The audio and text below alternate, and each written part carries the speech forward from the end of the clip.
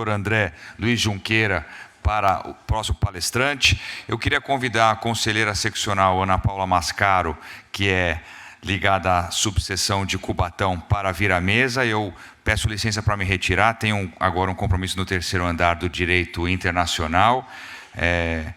A gente aqui na Ordem trabalha voluntariamente, a gente não recebe nada, mas aprende muito. Então, eu, como criminalista, estou aprendendo direito imobiliário, agora aprender um pouquinho de direito internacional. E queria aproveitar, já que o Alexandre Gomide falou do Luiz Salomão, dizer que na sexta-feira que vem, teremos aqui no auditório um evento bastante grande, muito interessante, sobre recuperação judicial e falência. E à tarde, a partir das 16h, com a presença de 2 ministros do STJ aqui, o Luiz Salomão e o Moura Ribeiro. Então, estão todos convidados sexta-feira que vem, tá bom? Bom evento a todos.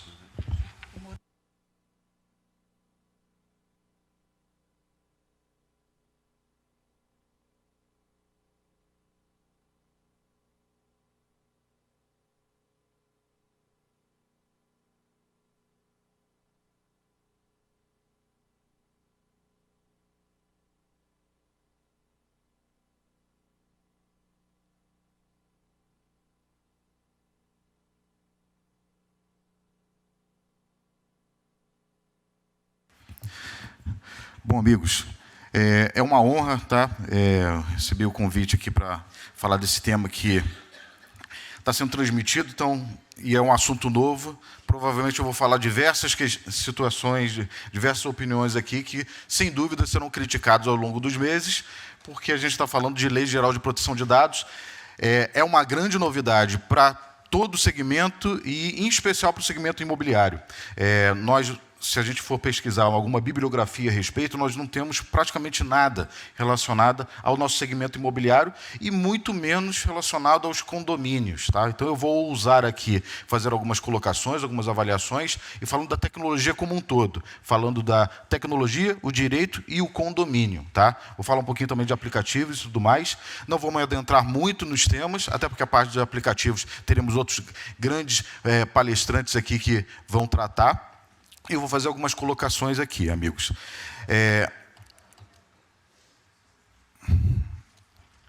Primeiro, falando sobre a Lei Geral de Proteção de Dados, e... Perdão, assim, eu cumprimento toda a mesa, eu já estou indo direto ao ponto, porque é muito assunto para 30 minutos, tá? Assim, perdão, a falta de etiqueta, tá? Mas eu cumprimento todos, agradeço novamente o convite, tá? Mas é muito assunto mesmo, então... E, sem dúvida, vocês devem estar sedentos por informações também. Pessoal, a questão da proteção de dados, nós temos que entender de forma mais ampla que a proteção do dado, nós temos que entender esse tipo de proteção como algo que faz parte de um direito fundamental de cada pessoa, algo ligado ao direito de personalidade de cada pessoa, de ter a proteção devida, a garantia de que seus dados pessoais não vão ser destinados para qualquer tipo de finalidade diferente da que você teve o objetivo no momento que você liberou esses dados. Então, a gente tem que ter isso em mente. A Lei Geral de Proteção de Dados, muito embora seja uma novidade, venha como uma ideia de que assim, quem atua com administração de condomínios, uma imobiliária, ou qualquer empresa, uma construtora, ela pode até pensar que, puxa, mais uma obrigação, mais um trabalho, mais um encargo que o governo inventa para dificultar a nossa vida. Mas veja que a proteção de dados é algo que já é inerente à sua própria atividade. Você, quando recebe os dados dos seus clientes, dos seus parceiros, dos seus empregados, dos seus colaboradores, já é inerente à sua atividade que você os proteja. Então, a verdade é que esse tipo de norma pega de surpresa aquelas atividades, aqueles empresários, aqueles empreendedores que, na verdade, não tinham a devida atenção para a proteção de dados. Essa que é uma realidade. Por quê? Essa ideia de que o dado ele é protegido e eu não posso utilizar para finalidade outra, senão aquela que a pessoa me autorizou a fazê-lo, isso já faz parte da boa-fé, tanto subjetiva quanto objetiva. Eu não posso usar algo para uma finalidade diferente. Quando eu recebo o dado, eu vou dar um exemplo muito básico, muito básico.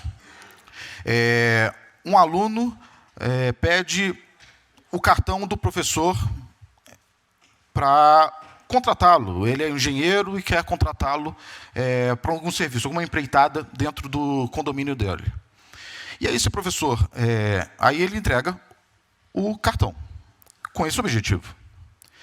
E aí o aluno usa esse contato não para contratá-lo, mas para, por exemplo, convidá-lo para sair. Uma paquera.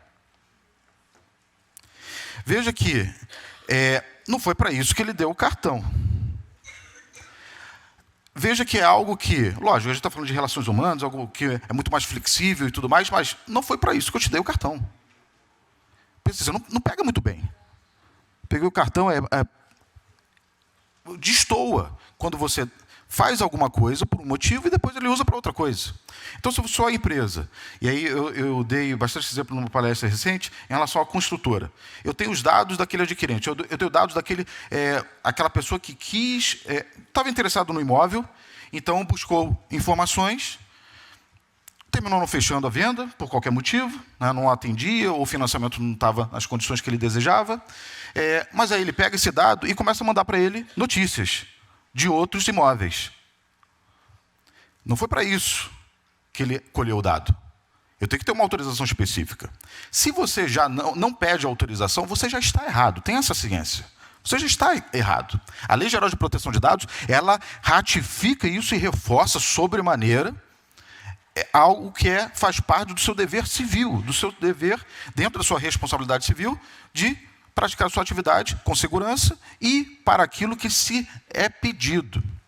Então, tendo essa ideia, nós temos que ligar os conceitos, essa nova lei, e aí ligados também com os conceitos do Código Civil Brasileiro, né, da boa-fé, né, inserida de forma substancial do nosso Código Civil. O Código de Defesa do Consumidor também, quando há relação de consumo, é ainda maior a proteção, muito embora mesmo quando não haja relação de consumo, eu devo ter essa cautela. E, em geral, é a boa-fé e probidade nas relações. Ou seja, eu não faço isso, eu não devo fazer isso. Não é adequado. Tá? E mais do que não é adequado, é ilegal. Tá? Com essas ponderações iniciais, o que eu passo para vocês?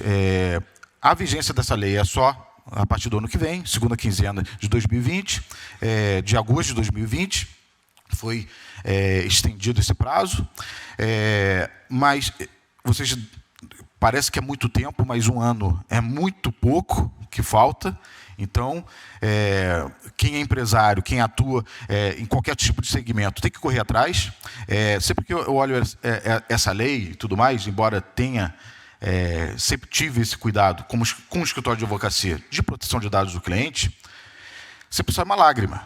Por quê? O quanto de investimento que deve ser feito para a proteção de dados. Né? E é algo que tem um prazo. No momento, a gente não tem que temer nenhum tipo de punição, até porque a Autoridade Nacional de Proteção de Dados nem criada foi ainda. Assim, isso ainda não existe, então não tem punição ainda. Mas as punições, elas realmente, eu já tenho um teto definido por lei, e vou falar um pouquinho a respeito disso, mas é algo que você já tem que fazer para ontem, já tem que buscar esse tipo de cuidado. Muito embora esse tema, a gente esteja falando aqui, inserido dentro do tema de tecnologia e condomínios, a Lei Geral de Proteção de Dados, ele cabe mesmo quando são para dados por meio impresso. Tá? A Lei Geral de Proteção de Dados, ela protege o dado, o dado. E o dado ele pode ser por mídia física, escrito, cópia. Tá? Só para vocês terem uma ideia de que, não, então eu não vou fazer mais nada, eu não vou ter mais nada de TI, eu vou abolir a tecnologia, eu vou apagar todos os meus sistemas porque eu não quero fazer esses investimentos. Se isso por acaso fosse possível, uma realidade esdrúxula, não adianta, a proteção é do dado. Então, se ele lhe dá o seu CPF, você na portaria anota esse CPF no livro de presença, já há a proteção do dado ali, mesmo que você não salve isso no seu computador.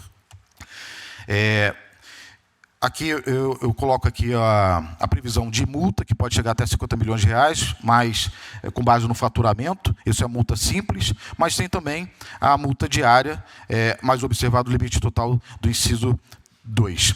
Me permitam fazer uma crítica a respeito disso. 2% do faturamento para uma empresa que atua no ramo imobiliário, uma construtora, é muito. 2% do faturamento é muito. Mas está limitado? É muito, pessoal. Mas veja que 50 milhões de reais para as grandes empresas que tratam dados, um Google, um Facebook, não é nada.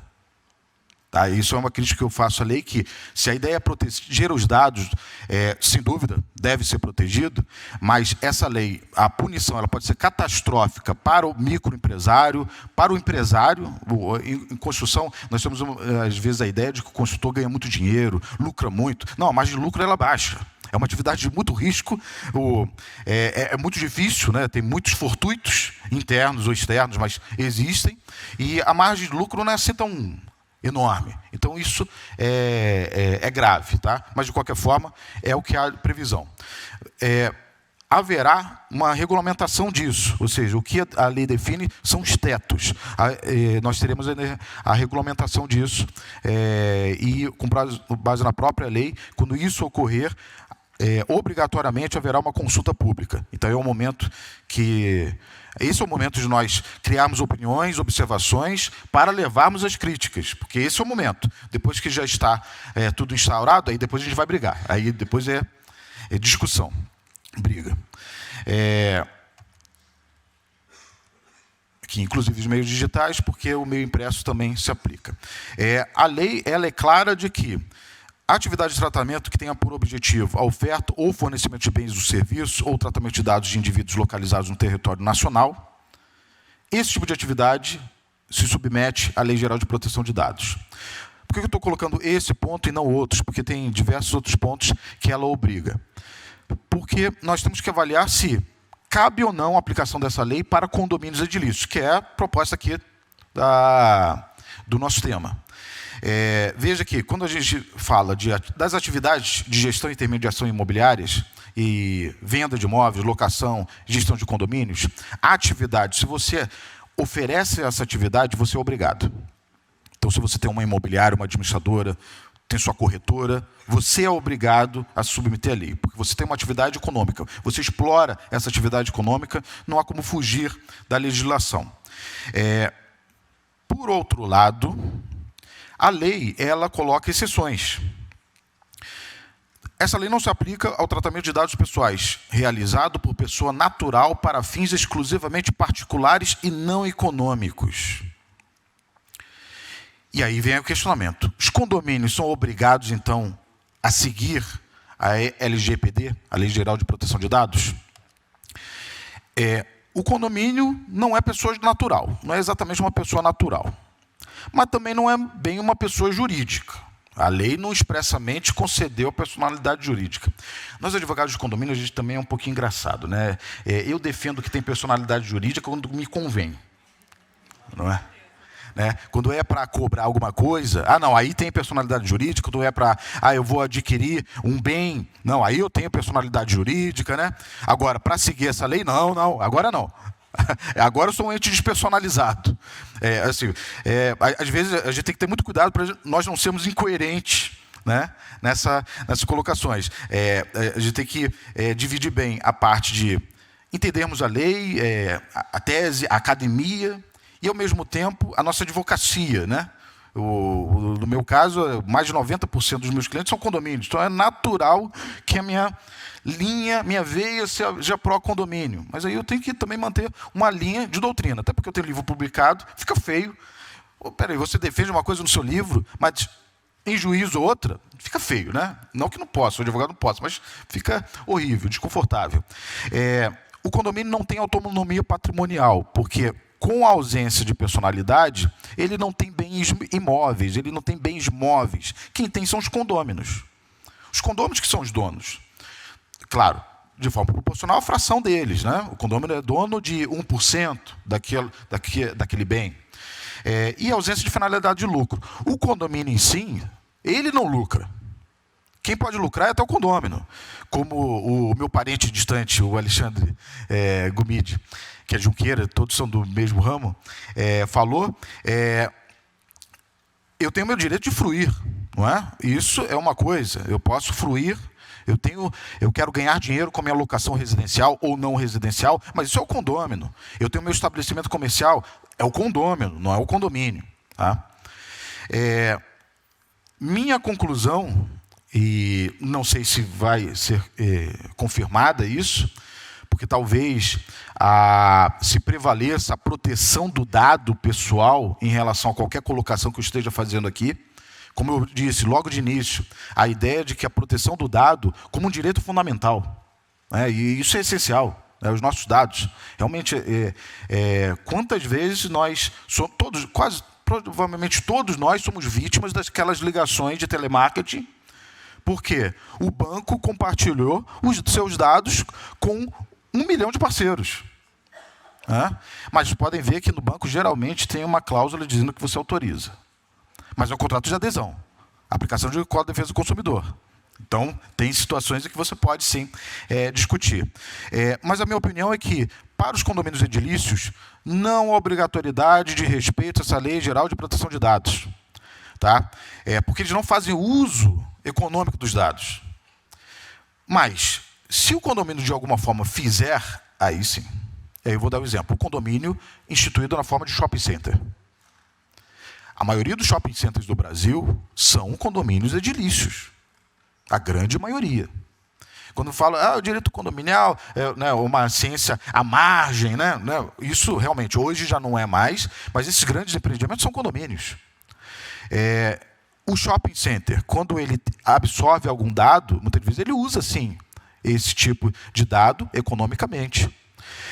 Tem diversos shopping centers, eles analisam, inclusive, o tipo de pessoas que entram, vendo pelas câmeras, para ver o tipo de usuário, o tipo de consumidor, para poder montar produtos e serviços e até mesmo trabalhar as vias internas de forma que melhor atenda, melhor explore a sua atividade. Então, esses dados são dados sensíveis, porque tudo que eu pego por câmera são dados sensíveis. Na lei de proteção de dados, eu tenho dados pessoais comuns e dados pessoais sensíveis. Quando eu pego qualquer tipo de característica de etnia, cor da pele, situações físicas, assim também como religiosas, esses são considerados dados sensíveis e gozam de maior proteção. Quando eu pego isso numa câmera, eu tenho esse dado.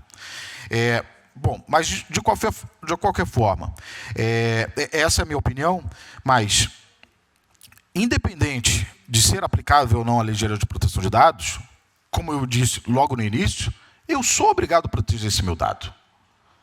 Eu não posso, a pretexto... eu me recordo de uma palestrante, eu estava num evento, e aí eu notei que tinha uma lista de presença do evento. Lista de presença, né, como se tem. Aí a palestrante, durante o evento, tinha a lista, ela tirou foto da lista de presença, que tinha os dados e tinha os contatos por e-mail. Não se faz isso. Não se faz isso antes nem agora. O dado eu dei ali para aquela instituição. Eu não dei para o palestrante, depois me mandar no mailing, incluindo o mailing dele. O marketing, independente se é marketing pessoal ou da empresa, vai ter que mudar muito. Isso sim. Em condomínios, eu tenho que respeitar ainda todos esses princípios, essa que é a realidade. Dependente de... Eu vou defender que não se aplica a Lei Geral de Proteção de Dados, a Autoridade Nacional não pode punir um condomínio, mas que um condomínio, como qualquer pessoa, deve seguir esses princípios, essas diretrizes da Lei Geral de Proteção de Dados, isso eu não tenho dúvida. Eu não tenho dúvida. Tá? E aqui eu vou falar, conforme o tempo me permite, que eu imagino a Lei Geral de Proteção de Dados, quando o que vai acontecer? Quando aquele condômino antissocial, o condemônio, né, o capeta do prédio, chegar na administradora do condomínio e falar o seguinte: eu quero que apague todos os meus dados daí. Eu quero que retire todos os meus dados da sua base de dados, porque eu não autorizei. Me mostra uma autorização expressa, onde eu tenho assinado que você possa ter o meu dado. Aí a ideia que, se não concordarem comigo, se não prevalecer essa minha ideia de que não se aplica a condomínios, é o legítimo interesse. A Lei Geral de Proteção de Dados, ela tem, esse é o ponto principal para qualquer atividade empresarial e também para o condomínio, caso haja essa obrigatoriedade, e que deve ser avaliado, que é, você pode coletar o dado sem autorização, manter sem autorização, caso seja do seu legítimo interesse. A interpretação que cabe, e aí a interpretação é jurídica, ligada diretamente à área de negócio ou à atividade que se vai avaliar, é o que é o legítimo interesse. Eu tenho legítimo interesse, sim, guardar o dado do condômino, por quê? Para lhe cobrar a cota. Ah, mas eu não quero. O problema é seu. Por lei, o condômino é obrigado a contribuir. Então, eu posso pegar esse dado, sim. Eu não estou nem falando daqueles dados que são públicos. A certidão, que eu pego lá, a certidão de ônus reais da matrícula do imóvel, né? Esse é o dado público, eu vou lá e pego. Isso não goza de proteção, Lei Geral de Proteção de Dados. É público, eu vou lá e pego. Os demais, se me apresentaram esses dados, eu coleto e eu guardo por tempo indeterminado, porque eu tenho esse legítimo interesse. Agora, não é legítimo interesse eu pegar, o síndico profissional pega essa relação de condôminos e sair mandando e-mail para oferecer serviço. Não, aí não. Ele pode utilizar, sim, para tudo que for de interesse do condomínio. E aí ele vai questionar o seu jurídico, né? E o que o meu amigo, grande irmão, o Rodrigo Carpati, falou é a realidade. Hoje o advogado de condomínio não é o advogado de cobrança. Hoje, frequentemente, o cliente vai para o meu escritório, aí ele pergunta, você faz cobrança também? Cobrança é acessório. Cobrança, o recém-formado, o advogado recém-formado, geralmente sabe fazer. O advogado de condomínios hoje é o parecerista. É aquela mesma figura que nós temos nas grandes empresas, que contratam um grande escritório, porque eu quero um parecer de alguém com renome, porque depois, se tiver algum tipo de discussão, eu tenho um respaldo. Condomínios não mudam muito isso, amigos. Ele inclusive, tem algumas características que parecem a de administração pública, porque ele parece até um microestado. E essa análise que deve ser feita. Então, fazendo aqui algumas considerações, também tudo rápido, tá, pessoal? E, infelizmente, o tempo, nós lutamos sempre contra o tempo. Legítimo interesse.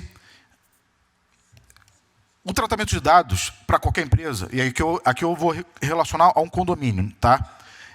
Porque, na minha visão, mesmo defendendo que não se aplique, eu vou ter que respeitar isso.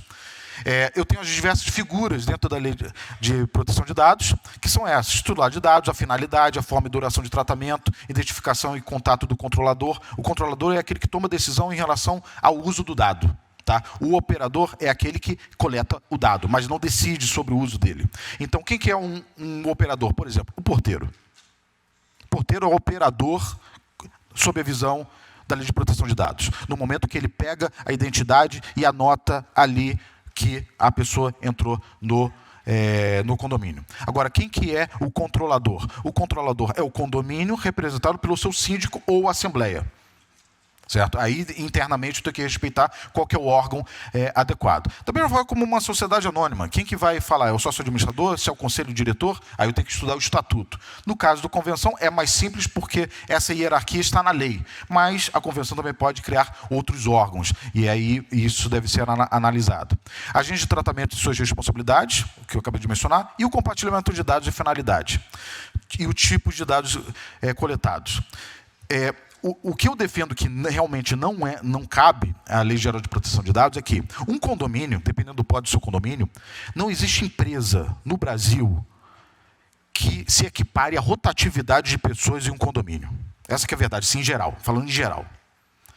Você tem uma imobiliária, uma administradora de imóveis, você não vai ter tanta entrada e saída de pessoas quanto aquele determinado condomínio da 9 de julho. Não vai ter. Por isso que é um trabalho descomunal para o condomínio. Porque eu tenho visitantes, ocupantes, possuidores, detentores, proprietários, prestadores de serviço, empregados. Eu vou ter que... todos são titulares, todos que têm dados tratados. Controle de acesso de visitante. E aqui, olha, eu coloquei em parênteses o que seria o legítimo interesse. Se você não quer ter o seu dado coletado, não entra no prédio. Porque eu tenho o controle de segurança. Se você entrou... Ah, mas aí eu quero que elimine meu dado. Não, eu vou guardar por tempo indeterminado, porque o objetivo de guardar o dado é eventual responsabilização, é segurança. Interesse legítimo do condomínio, dos seus ocupantes e ainda de você mesmo. Você mesmo que está entrando. É para a sua segurança também. Se acontece qualquer problema, você está identificado também. Se alguém entra, ou um bandido, entra junto, né? Então, é a sua segurança também. Então, aí está o legítimo interesse, assim, de forma superficial. Cadastro de ocupante, da mesma forma. Por que eu quero o dado de quem está morando no prédio? Porque se eu tiver algum vazamento, eu sei que eu vou ligar. Legítimo interesse, seu, inclusive. E o cadastro de proprietários. Forma e duração de tratamento. É importante que, independente disso, as empresas precisam fazer, mas o condomínio esteja preparado para dizer como que vai ficar guardado esse dado e por quanto tempo fica. Quanto menos tempo fica com você, menor sua responsabilidade. Ou seja, se você pega o dado e apaga logo depois, descarte imediato, se é dessa forma, para você fica melhor, porque você não precisa manter a proteção desse dado por mais tempo. Reduz um pouco a sua responsabilidade. Mas, via de regra, o condomínio quer guardar isso para sempre, que não sabe quando vai precisar. Identificação do contador controlador, agente de tratamento e suas responsabilidades, compartilhamento de dados e finalidade. Eu sou, se já viram algum trabalho publicado meu, eu sou adepto, defensor de que eu posso gravar todas as assembleias. Independente de alguém dizer, não quero ser gravado, eu posso gravar, porque é um ambiente coletivo, embora privado, só entram convidados, é um ambiente coletivo, e por conta disso, se você não quer ser gravado, não venha. Não venha. Como eu estou aqui, se eu não quero que vocês vejam a minha carequinha, eu não venho. Se alguém tivesse, me convidou, mas eu não quero que vocês vejam que eu estou muito careca. Eu não venho. É o meu direito de personalidade, eu faço o que eu quiser. Mas num ambiente coletivo, eu tenho que me submeter a determinadas situações. Há algum tipo de limite. Mas, ao mesmo tempo, isso não me permite pegar essa gravação e colocar no YouTube. Eu gravo a assembleia. Aí eu pego essa assembleia e jogo no YouTube. Abusou do seu direito. Eu não preciso nem da Lei Geral de Proteção de Dados. Como eu disse, é tudo baseado na responsabilidade civil. Eu gravei a assembleia por quê? Para defesa do meu patrimônio, defesa dos meus interesses pessoais. Eu gravei pelo interesse coletivo, para ver se a ata está adequada à realidade dos fatos. A gravação é essencial, é excelente para isso, mas eu não tenho que colocar no YouTube, eu não tenho que fazer o mau uso desses dados. E os dados pessoais comuns, sensíveis, de dados de crianças e adolescentes. Eu vou gravar crianças no Play. Ah, mas a criança não pode ser gravada, só com autorização expressa do pai. Mas eu vou gravar, interesse legítimo. Mas a lei, se vocês olharem a Lei Geral de Proteção de Dados, dá a entender que esse legítimo interesse é só se for relacionado à criança. Veja que esse é um ponto que eu defendo. Não posso aplicar a Lei Geral de Proteção de Dados para condomínios. Eu tenho que guardar isso. É lógico que eu vou guardar a gravação com proteção especial. Mas hoje mesmo, mas eu não quero que outras pessoas fiquem vendo as crianças. Sem dúvida, há uma dose de risco. Quem que está vendo essas imagens? O síndico, o porteiro, todos os condôminos? Está vigiando?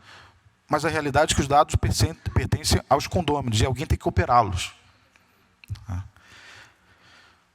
Bom, pessoal, então essa é a minha conclusão da Lei Geral de Proteção de Dados, mas me permitam falar ainda um pouco, eu sei que está difícil, mas eu vou ser muito breve, porque o Alexandre me fez o favor de adiantar vários dos argumentos, várias das colocações que eu faria, e o doutor Cristiano, meu grande amigo, vai explorar isso mais, apesar de discordar 100% do que eu falo, mas essa parte tudo bem, só da locação por aplicativo. Pessoal, minha opinião em relação a esse projeto de lei que o doutor Alexandre mencionou alguns minutos atrás. Esse projeto de lei é um absurdo. Ele é um absurdo. Por quê? Leiam a lei. É vedada a locação para a temporada contratada por meio de aplicativos ou plataformas de intermediação. Esse projeto é contra o Airbnb. Esse projeto é contra o aplicativo. Esse projeto é contra a tecnologia. Se a proteção fosse para o que nós defendemos, boa parte dos advogados de condomínios defendem, proteger o condomínio de eventuais malefícios de uma locação de curta temporada. Essa curta temporada pode ser feita via aplicativo ou não. É porque nós vemos que a maioria hoje é porque é a moda, o Airbnb. E todo mundo ataca o Airbnb, né? Porque é o maior, então termina ele sendo o alvo. Mas o problema não é o Airbnb. Eu faço parte da Comissão de Direito Imobiliário da OAB e também da de Turismo. O Airbnb é essencial para o desenvolvimento econômico do nosso turismo. É essencial. Então, e esse projeto ele destrói o aplicativo. Então, ele é um absurdo. Na exposição de motivos, há uma contradição clara em relação ao que está escrito na parte dispositiva, legal, do projeto, e da exposição de motivo. A exposição de motivo fala proteção da curta temporada, por conta da rotatividade, todos aqueles elementos realmente que nós entendemos que se justifica algum tipo de proibição, algum tipo de regulamentação. Cada condomínio vai ter a sua. Por isso, na minha opinião, é muito inoportuna qualquer intervenção legislativa. Na minha opinião, se houvesse alguma intervenção, seria quem decide é a Assembleia. Minha opinião. Eu tenho clientes, assim, a minha posição é de que a atividade, esse tipo de mecanismo, esse tipo de locação, ele é hospedagem. Ele não é uma locação comum. Ele é um contrato de hospedagem. E, por conta disso, não se compactua com a atividade residencial de um condomínio. Tá. Essa é a minha visão. É a visão de todos os meus clientes? Não necessariamente. Quem vai decidir? É o condomínio, na minha opinião. Deixa o condomínio avaliar. Eu tenho condomínios que todos eles, tudo é Airbnb. Tudo é Airbnb. Então, deixe-os ali. E a coletividade avalia. Os seus pares se julgam. E nós, como jurídico, a gente coloca os parâmetros. Olha, não faz isso, não exagera, não cobra sobretaxa de quem faz locação de curta temporada, porque não há respaldo. Questões assim. Mas, eu até falei isso na Universidade de Lisboa, numa palestra no ano passado. Quando falo assim, mas não tem serviço. Quando eu passo pelo aplicativo, o Airbnb, ou não pelo aplicativo, qualquer forma, eu deixo lá um dia. Mas, via de regra, por aplicativo é dessa forma que eu vou falar. Eu ofereço serviço, sim. Não é o fato do apartamento ser mobiliado. Isso não, porque a própria lei do inquilinato fala que eu estou todo cheio de bens ali. Então, isso não faz parte do serviço. Não posso interpretar mobília, bens ali presentes como o serviço. Não. Mas o que é o serviço de hospedagem? Eu vou lhes dar um exemplo bem simples, bem claro. Um hóspede, ele fala que a lâmpada do quarto dele, do apartamento dele, queimou. Aí ele te liga. Queimou a minha lâmpada aqui. Se você falar da seguinte forma, olha, tem um supermercado aí do lado, desce, tem aí do lado, você compra e troca. Se você falou isso para o seu hóspede, você tem uma locação. Porque o dever de locação é do locatário. Manutenção. Mesmo locatário por temporada.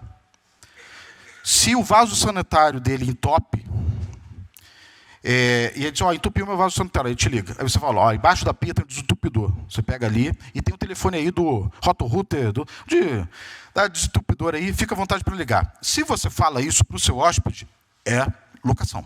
É locação. Faz isso no Airbnb para ver o que acontece. Faz isso. Toda locação de curta temporada tem serviços agregados, aos serviços de infraestrutura. Ele pode não ter de forma tão arrojada. Por quê? Porque a origem é bed and breakfast. Airbnb é bed and breakfast. É cama e café. Então, eu tenho um café dessa forma, isso é o serviço de hospedagem? Não, nem isso eu tenho. Eu não dou café para o meu hóspede do Airbnb. Nem isso eu coloco. Né? É mais simples ainda. Aí você pensa que não tem serviço. Você tem esse serviço.